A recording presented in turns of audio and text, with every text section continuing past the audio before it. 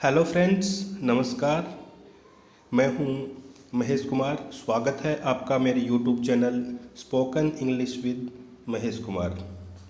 तो फ्रेंड्स, आज हमारा टॉपिक रहेगा पास्ट परफेक्ट टेंस। इससे पहले हम 6 वीडियो बना चुके हैं। मैं आपको पर्सनली ये सजेस्ट करूँगा कि अगर आपने प्रीवियस वीडियो नहीं देखे हैं तो आप एक बार वो वीडियोस ज़रूर देखें। उन वीडियोस के लिंक मैंने इस डिस्क्रिप्शन में दिए हुए हैं। जब तक आप वो वीडियोस अच्छे से नहीं समझ पाओगे तो आपको आगे के वीडियोस समझ नहीं आ पाएंगे। तो फ्रेंड्स, एक वीडियो को बनाने में 4 से 5 घंटे लगते हैं। हम बहुत मुश्किल से आपके लिए इतना इम्पोर्टेंट कंटेंट लेके आते हैं। तो प्लीज़ आप हमारा जो यूट्यूब चैनल है उसको सब्सक्राइब ज़रूर करें और बेल आइकन का बटन भी ज़रूर प्रेस कर दें, ताकि जब भी हम कोई न्यू वीडियो अपलोड करें तो आपको उसका नोटिफिकेशन मिल जाए। और ये बहुत ही इम्पोर्टेंट टॉपिक है आज, और ये बहुत सारे कंपटीशंस एग्ज़ाम में आपकी हेल्प करेगा, क्योंकि बहुत सारे एग्ज़ाम्स में इंग्लिश का कंटेंट आता है। तो उसको करने के लिए आपको ये टेंसेज समझना बहुत ज़रूरी है। और हम इन फ्यूचर और बहुत सारे वीडियोस अपलोड करेंगे आपके लिए। आई होप कि आपकी इंग्लिश धीरे धीरे इम्प्रूव हो जाएगी। तो चलिए, ज़्यादा टाइम ना ख़राब करते हुए हम चलते हैं अपने कंटेंट की तरफ। Past perfect tense. तो फ्रेंड्स, पास्ट परफेक्ट टेंस, यहाँ पर आप types of tense in Hindi के इम्पोर्टेंट टॉपिक्स में पास्ट परफेक्ट टेंस का प्रयोग करना सीखेंगे। यहाँ हिंदी सेंटेंस को हिंदी से इंग्लिश बनाने के रूल्स को बहुत ही आसान तरीके से यूज़ करना, तथा पास्ट परफेक्ट टेंस में आने वाले सभी प्रकार के सेंटेंसेस जैसे अफर्मेटिव, नेगेटिव इंटेरोगेटिव दोनों को मिला के जो सेंटेंस बनता है, उनको बहुत सारे एग्जाम्पल्स के साथ और डिटेल में समझाया गया है। आई होप कि आपको समझ आएगा। चलिए अब बात करते हैं पास्ट परफेक्ट टेंस की पहचान क्या होती है। तो फ्रेंड्स देखिए, पास्ट परफेक्ट टेंस की पहचान कैसे होती है, रिकॉग्नाइज हम इसको कैसे करते हैं। इस टेंस के हिंदी वाक्यों के अंत में चुका था, चुकी थी, चुके थे, या था, ये थी, ये थे आदि शब्द आते हैं। पास्ट परफेक्ट टेंस में हैड एक हेल्पिंग वर्ब के रूप में यूज़ की जाती है और मेन वर्ब की थर्ड फॉर्म का यूज़ करते हैं। मैंने आपको बताया था कि वर्ब की 3 फॉर्म होती है, फर्स्ट, सेकंड और थर्ड। और यहाँ पास्ट परफेक्ट टेंस में हम वर्ब की थर्ड फॉर्म का यूज़ करेंगे। एग्जाम्पल देखिए आप, मैं हिंदी के सेंटेंसेस बोलता हूँ, आपको आइडिया हो जाएगा कि ये हिंदी के सेंटेंसेस हैं वो पास्ट परफेक्ट टेंस में आते हैं। वह स्कूल में रह चुका था, देखिए सेंटेंस के लास्ट में चुका था आया है। वह खाना खा चुकी थी, सेंटेंस में देखिए लास्ट में चुकी थी आया है। हम इस गांव में रह चुके थे, तो सेंटेंस के लास्ट में चुके थे आया है। सपना स्कूल नहीं गई थी, लास्ट में गई थी आया है। क्या तुम अपना पाठ याद कर चुके थे, तो लास्ट में चुके थे। तो इस प्रकार आपने देखा कि इन सभी के लास्ट में चुका था, चुकी थी, चुके थे, या था, ये थे आदि शब्द आते हैं। तो ये सारे सेंटेंसेस हैं वो पास्ट परफेक्ट टेंस में आते हैं। इन सेंटेंसेस से हमें पता चलता है कि इन सेंटेंसेस में दी हुई जो क्रिया है वो पास्ट में पूरी हो चुकी है। इट मीन्स ये सभी सेंटेंसेस हैं पास्ट परफेक्ट टेंस के हैं। और इसमें एक इम्पॉर्टेंट टॉपिक ये भी है कि यदि पास्ट में 2 काम एक साथ पूरे हुए हों, एक कार्य दूसरे कार्य से बहुत पहले पूरी तरह समाप्त हो गया हो, तो समाप्त होने वाले कार्य के लिए पास्ट परफेक्ट टेंस यूज़ करते हैं, और बाद में समाप्त होने वाले कार्य के लिए पास्ट इंडेफिनेट टेंस की क्रिया का प्रयोग होता है। इसमें सभी सब्जेक्ट्स के साथ हेड का प्रयोग किया जाता है। यदि हिंदी सेंटेंस में पहले या पूर्व शब्द आए तो वाक्य के अंतिम खंड की जो इंग्लिश पहले लिखते हैं तथा उसे पास्ट परफेक्ट टेंस में लिखते हैं, और बिफोर के बाद में पहले भाग की इंग्लिश लिखते हैं तथा उसे पास्ट इंडेफिनेट टेंस में लिखते हैं। यदि वाक्य में बाद या पश्चात शब्द आए तो वाक्य के अंतिम खंड की इंग्लिश पहले लिखते हैं तथा उसे पास्ट इंडेफिनेट टेंस में लिखते हैं, और आफ्टर के बाद में पहले भाग की अंग्रेजी लिखते हैं तथा उसे पास्ट परफेक्ट टेंस में लिखते हैं। मीन्स थोड़ा सा यहाँ कॉम्प्लिकेटेड है, लेकिन आप इसकी बार बार प्रैक्टिस करोगे तो ये कंटेंट आपका अच्छे से क्लियर हो जाएगा। तो चलिए फ्रेंड्स, हम देखते हैं कि पास्ट परफेक्ट टेंस में एफर्मेटिव सेंटेंसेस, सकारात्मक वाक्य जिनको बोलते हैं, जिनमें कोई क्वेश्चन नहीं पूछा जाता है, कोई नोट वर्ड का यूज नहीं होता है। एफर्मेटिव सेंटेंस यानी सकारात्मक वाक्य की फॉर्मेशन क्या होती है, इसको बनाते कैसे हैं हम, तो मैंने यहाँ एक फॉर्मूला लिखा हुआ है, उसको आप अच्छे से मेरे साथ रीड कीजिए और अपनी नोटबुक में नोट कीजिए, आपको कोई डाउट नहीं रहेगा। तो सबसे पहले हम सब्जेक्ट लिखते हैं। सब्जेक्ट को हम हिंदी में बोलते हैं कर्ता। इसके बाद में हम हेड। तो यहाँ आप थोड़ा एक ध्यान देने वाली बात है कि हमें किस सब्जेक्ट के साथ में हेड लगाना है। तो यहाँ कोई भी सब्जेक्ट हो चाहे, आप सभी के साथ में हेड का ही यूज़ करेंगे। जैसे ही, सी, इट और कोई सिंगुलर सब्जेक्ट है, या आई, वी, यू, दे, या कोई प्लूरल सब्जेक्ट है, तो दोनों के साथ ही आप हेड का यूज़ करेंगे। इसके बाद में आप देखिए वर्ब। वर्ब मैंने आपको प्रीवियस वीडियो में मैं आपको बता चुका हूँ और बार बार बता रहा हूँ कि वर्ब की 3 फॉर्म होती है, फर्स्ट, सेकंड और थर्ड, और यहाँ हम वर्ब की थर्ड फॉर्म का यूज़ करेंगे। इसके बाद में हम लिखेंगे ऑब्जेक्ट। ऑब्जेक्ट को बोलते हैं कर्म। इसके बाद में हम देखते हैं कि हिंदी सेंटेंस में कोई और मटेरियल है क्या। मीन्स इनके बाद में भी कुछ अगर और कुछ बचता है तो हम उसको अदर में यूज़ करेंगे, जो हम ऑब्जेक्ट के लास्ट में लिखेंगे।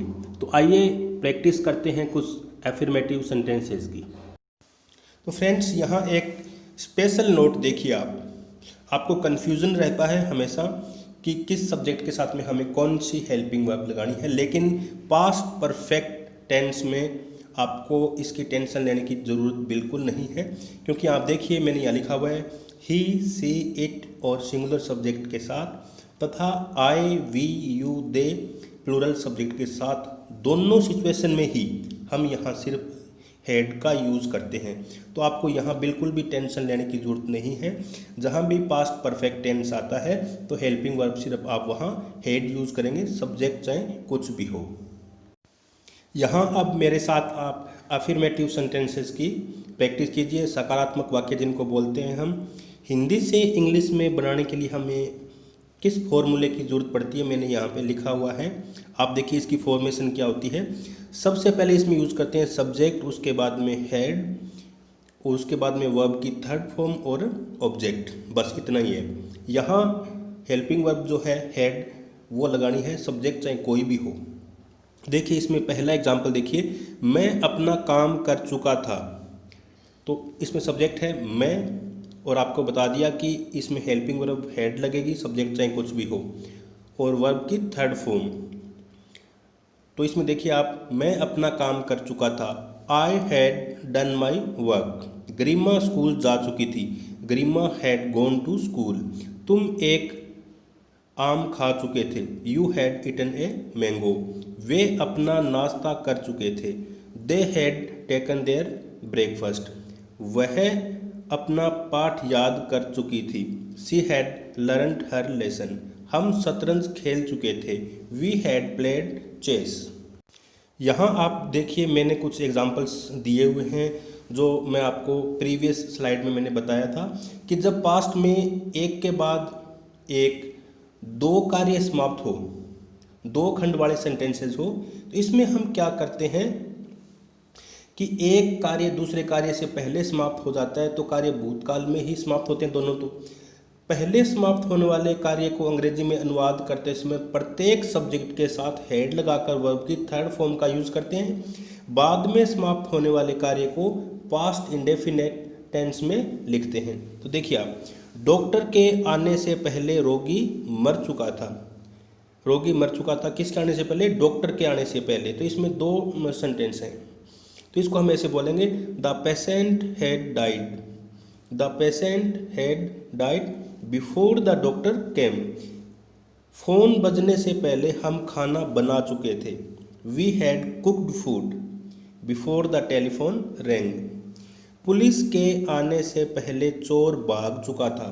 The thief had run away before the police came. तो चलिए फ्रेंड्स, अब हम बात करते हैं नेगेटिव सेंटेंस की, नकारात्मक वाक्य की। हिंदी के जिन वाक्यों में नहीं का प्रयोग होता है, जैसे आप देखिए, मैं अपना काम नहीं कर चुका था, तो इसमें नहीं आया है, इसका मतलब यह नकारात्मक वाक्य है। I had not done my work, इसमें नॉट वर्ड का यूज हुआ है, नेगेटिव सेंटेंस है। इसकी फॉर्मेशन कैसे होती है, मैंने यहाँ फॉर्मूला लिखा हुआ है, आप मेरे साथ इसकी प्रैक्टिस कीजिए। तो सबसे पहले हम यहाँ लिखते हैं सब्जेक्ट, सब्जेक्ट यानी कर्ता, उसके बाद में लगाते हैं हम हैड।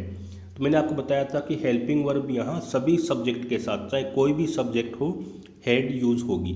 उसके बाद में लगाते हैं हम नॉट, उसके बाद में वर्ब की थर्ड फॉर्म, उसके बाद में ऑब्जेक्ट, उसके बाद में अदर। अदर मीन्स अगर कोई सेंटेंस में कुछ भाग बच जाता है तो हम उसको अदर में लेते हैं। तो यहाँ मैंने एक एग्जाम्पल दिया हुआ है, मैं अपना काम नहीं कर चुका था। मैं अपना काम नहीं कर चुका था, तो इसको हम ऐसे बोलेंगे, I had not done my work. यहाँ आप देखिए, मैंने बहुत ही इजी वे में आपको समझाने की कोशिश की है।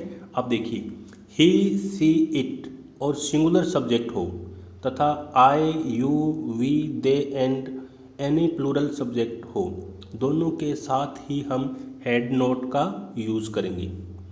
अब यहाँ एक ध्यान देने वाली बात यह है कि अगर हिंदी सेंटेंस में कभी नहीं का प्रयोग हुआ हो, कभी नहीं, जैसे हम बोलते हैं ना, मैं वहाँ कभी नहीं गया था, मैंने चिड़ियाघर कभी नहीं देखा था, तो उसके लिए क्या करते हैं, हम मेन वर्ब से पहले नेवर लिखते हैं। मेन वर्ब से पहले नेवर यूज़ करते हैं, नोट का यूज़ नहीं करते। आपको समझ में आया होगा कि जिस हिंदी वाक्य के अंदर कभी नहीं का यूज़ हुआ हो, वहाँ हम मेन वर्ब से पहले नेवर लिखते हैं और नोट का यूज़ बिल्कुल नहीं करते। जैसे मैंने यहाँ एक एग्जाम्पल दिया है आपको, हमने मोर कभी नहीं देखा था, तो इसमें कभी नहीं आया है, तो हम ये देखेंगे, we had never seen peacock. तो मैंने आपको बताया था कि मेन वर्ब से पहले हम यहाँ नेवर लगाएंगे। तो देखिए, we had never seen peacock. यहाँ आप मेरे साथ कुछ नेगेटिव सेंटेंसेस की प्रैक्टिस कीजिए। मैंने यहाँ एग्जाम्पल्स लिखे हुए हैं, आप इनको ध्यान से सुनिए और नोटबुक में नोट कीजिए। तो इसका फर्स्ट एग्जाम्पल देखिए आप, वह काम नहीं कर चुका था। नहीं का यूज़ हुआ है, नेगेटिव सेंटेंस है, तो इसमें हम हैड नोट का यूज़ करेंगे। वह के लिए हम ही यूज़ करेंगे। यहाँ वह काम नहीं कर चुका था, चुका था मतलब लड़का है, तो हम यहाँ ही यूज़ करेंगे सब्जेक्ट के लिए। अगर चुकी थी होता तो हम सी यूज़ करते। तो चलिए हम इसको हिंदी से इंग्लिश में ट्रांसलेट करते हैं। वह काम नहीं कर चुका था, he had not done work. Ajay school नहीं जा चुका था, Ajay had not gone to school. तुम एक केला नहीं खा चुके थे, you had not eaten a banana. वे अपना लंच नहीं कर चुके थे, they had not taken their lunch. वह पाठ याद नहीं कर चुकी थी, she had not learned her lesson. अब अपने पास नेक्स्ट है इंटेरोगेटिव सेंटेंस, प्रश्नवाचक वाक्य, जिसमें कोई प्रश्न पूछा जाता है, क्वेश्चन पूछा जाता है, उसकी फॉर्मेशन कैसे होती है, उसकी स्ट्रक्चर कैसे होती है सेंटेंस की। तो यहाँ मैंने एक फॉर्मेशन आपके लिए बनाई है। तो इसमें सबसे पहले हम यूज़ करते हैं WH फैमिली।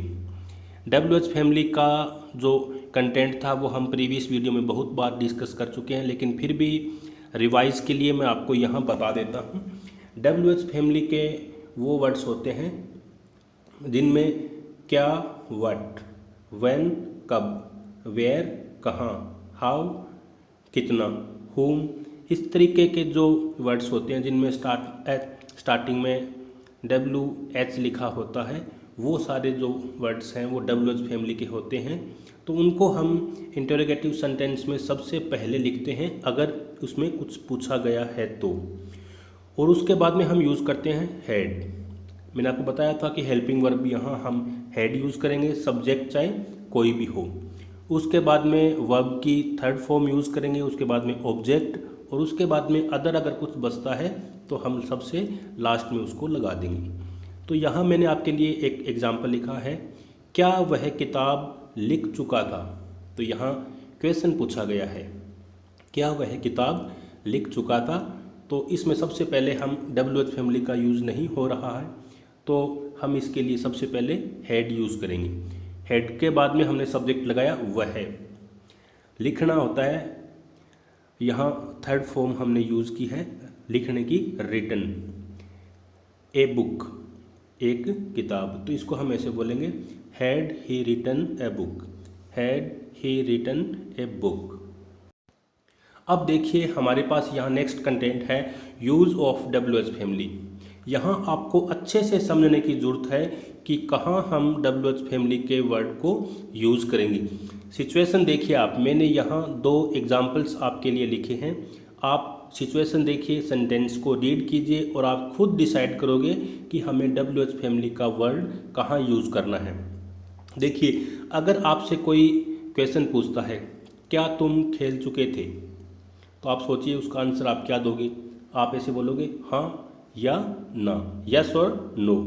मीन्स आप जिन हिंदी सेंटेंसेस का आंसर हाँ या ना में दे सकते हो, तो वहाँ आपको WH फैमिली का वर्ड यूज़ करने की ज़रूरत नहीं है। क्या तुम खेल चुके थे, इसको हम ऐसे लिखेंगे, had you played, had you played. Next situation देखिए, तुम क्या खेल चुके थे। अगर आपको कोई ऐसे पूछे कि तुम क्या खेल चुके थे, तो आप ऐसे थोड़ी ना कहोगे कि हाँ या ना, नहीं, आपको यहाँ कोई गेम का नाम बताना पड़ेगा। जो आप गेम खेल रहे थे उसके बारे में आपको बताना पड़ेगा। तो यहाँ आपको व्हाट यूज़ करना पड़ेगा, मीन्स WH फैमिली का वर्ड यूज़ करना पड़ेगा। तो दोनों सिचुएशन आपने देखी, आपको डाउट यहाँ क्लियर हो गया होगा कि कहाँ हमें WH फैमिली का वर्ड यूज़ करना है और कहाँ नहीं करना। तो यहाँ देखिए मैंने इंटेरोगेटिव सेंटेंसेस के कुछ एग्जांपल्स यहाँ मैंने लिखे हैं। आप उनको मेरे साथ प्रैक्टिस कीजिए और ध्यान दीजिए कि कहाँ हमें क्या यूज़ करना है। क्या आपने सोने से पहले दूध पी लिया था, क्या आपने सोने से पहले दूध पी लिया था। तो इसको ऐसे बोलेंगे, had you had milk, had you had milk before you slept. क्या मेरे आने से पहले वह घर से जा चुका था, had he left his house, means वह अपना घर छोड़ चुका था। Before I came, had he left his house before I came. क्या उसके पहुंचने से पहले वह स्कूल जा चुका था, क्या उसके पहुंचने से पहले वह स्कूल जा चुका था, सॉरी जा चुके थे। सब्जेक्ट यहाँ प्लूरल है तो हम यहाँ दे यूज़ करेंगे। Had they gone to school before she arrived, यहाँ लड़की की बात हो रही है तो यहाँ हम सी यूज़ करेंगे। Had they gone to school before she arrived. क्या डॉक्टर के आने से पहले तुम दवाई ले चुके थे, क्या डॉक्टर के आने से पहले तुम दवाई ले चुके थे। ये मैंने आपको प्रीवियस वीडियो में बताया था कि सेंटेंस जिसमें 2 खंड हो उसमें कैसे पास्ट परफेक्ट यूज़ करेंगे और कैसे पास्ट इंडेफिनिट यूज़ करेंगे। तो आप इसको अच्छे से यहाँ समझिए और कोई कन्फ्यूज़न हो तो आप मुझे यूट्यूब के कमेंट बॉक्स में मैसेज कीजिए, मैं आपको वहाँ रिप्लाई करूँगा। तो यहाँ पे देखिए लास्ट क्या है सेंटेंस हमारे पास, क्या डॉक्टर के आने से पहले तुम दवाई ले चुके थे। Had you taken the medicine, had you taken the medicine before the doctor came. तो यहाँ कुछ एग्जांपल्स मैंने दिए हैं जिनमें WH फैमिली के वर्ड यूज़ हो रहे हैं। इंटरोगेटिव सेंटेंस है, तुम पहले ही कहाँ चले गए थे, तुम पहले ही कहाँ चले गए थे। कहाँ के लिए हम इसमें वेयर यूज़ करेंगे, तो हम उस फॉर्मूले के अकॉर्डिंग इसको सबसे पहले यूज़ करेंगे। Where had you already gone, तुम पहले ही कहाँ चले गए थे। Where had you already gone, मेरे घर जाने से पहले पिताजी कहाँ चले गए थे। कहाँ के लिए हम वेयर यूज़ करेंगे। Where had dad gone after I went home, where had dad gone after I went home. अध्यापक के पहुंचने से पहले बच्चों ने कौन सा पाठ याद कर लिया था। कौन सी, इसके लिए हम यहाँ विच यूज़ करेंगे, जिसको हम सेंटेंस में स्टार्टिंग में लगाएंगे। विच lesson had the children learn before teacher arrived, which lesson had the children learn before teacher arrived. Next है हमारे पास नेगेटिव इंटेरोगेटिव सेंटेंस, नकारात्मक प्रश्नवाचक वाक्य, जिनमें आपसे क्वेश्चन भी पूछा जाता है और साथ में नोट का भी यूज होता है। एग्जाम्पल, हिंदी में एग्जाम्पल देखिए आप, क्या मैं स्कूल नहीं गया था। मीन्स इसमें क्वेश्चन मार्क भी है और नोट का भी यूज़ किया गया है। तो इसमें देखिए सेम वही फॉर्मूला रहेगा। इसमें सबसे पहले हम WH फैमिली का वर्ड यूज़ करेंगे, उसके बाद में हैड यूज़ करेंगे, उसके बाद में सब्जेक्ट, और सब्जेक्ट के बाद में यहाँ पे हम नोट लगाएंगे। जैसे आपने नेगेटिव में देखा था, नेगेटिव में हम क्या करते थे, हेड नोट लगाते थे, लेकिन यहाँ हेड नोट के बीच में सब्जेक्ट डालेंगे हम। सबसे पहले WH फैमिली का वर्ड यूज़ करेंगे, उसके बाद में हेड, और उसके बाद में सब्जेक्ट के बाद में यहाँ हम नोट लगाएंगे, उसके बाद में वर्ब की थर्ड फॉर्म लगाएंगे, और उसके बाद में ऑब्जेक्ट, और उसके बाद में भी अगर कुछ बचता है तो हम सबसे लास्ट में उसको अदर में यूज़ करेंगे। नीचे यहाँ मैंने एक एग्जाम्पल दिया हुआ है, क्या मैं स्कूल नहीं गया था। तो आप इस हिंदी सेंटेंस को देख के समझ गए होंगे कि ये नकारात्मक प्रश्नवाचक वाक्य है, नेगेटिव इंटेरोगेटिव सेंटेंस है। तो इसको हम ऐसे लिखेंगे, had I not gone to school, had I not gone to school. अब यहाँ देखिए मैंने कुछ एग्जाम्पल्स दिए हैं जिनमें आपका जो डाउट्स है वो क्लियर हो जाएगा और आपके साथ में प्रैक्टिस भी हो जाएगी। और कोई भी कन्फ्यूज़न रहता है तो आप इस वीडियो को 2-3 बार देखें, आपको कोई डाउट नहीं रहेगा। तो पहला एग्जाम्पल इसमें देखिए, क्या तुम कल बाज़ार नहीं गए थे। इसमें क्या मीन्स आपसे क्वेश्चन पूछा है, नहीं गए थे, नोट का भी यूज़ हुआ है, तो ये इंटेरोगेटिव नेगेटिव सेंटेंस है। क्या तुम कल बाज़ार नहीं गए थे, तो इसको इंग्लिश में ट्रांसलेट करेंगे, had you not gone to the market, had you not gone to the market yesterday. क्या संगीता यहाँ नहीं आई थी, क्या संगीता यहाँ नहीं आई थी, had Sangeeta not came here. क्या वह आज नहीं नाचा था, क्या वह आज नहीं नाचा था, had he not danced today. क्या वे पैसे नहीं भूले थे, had they not forgotten the money, had they not forgotten the money. तो फ्रेंड्स आज हमारा यहाँ टॉपिक कंप्लीट हो गया है पास्ट परफेक्ट टेंस का। आई होप कि आपको समझ में आया होगा, ज़्यादा नहीं तो थोड़ा बहुत समझ में आया होगा। आप इसकी 2-3 बार अगर अच्छे से प्रैक्टिस करोगे तो आपको समझ में आ जाएगा। और फिर भी आपको अगर कोई कन्फ्यूज़न रहता है तो मैं आपको हमेशा बोलता हूं कि YouTube के कमेंट बॉक्स में आप मैसेज कीजिए, वहां मैं आपको रिप्लाई करूंगा। तो मिलते हैं फ्रेंड्स नेक्स्ट वीडियो में, तब तक के लिए लेते हैं अलविदा। Take care yourself and thank you.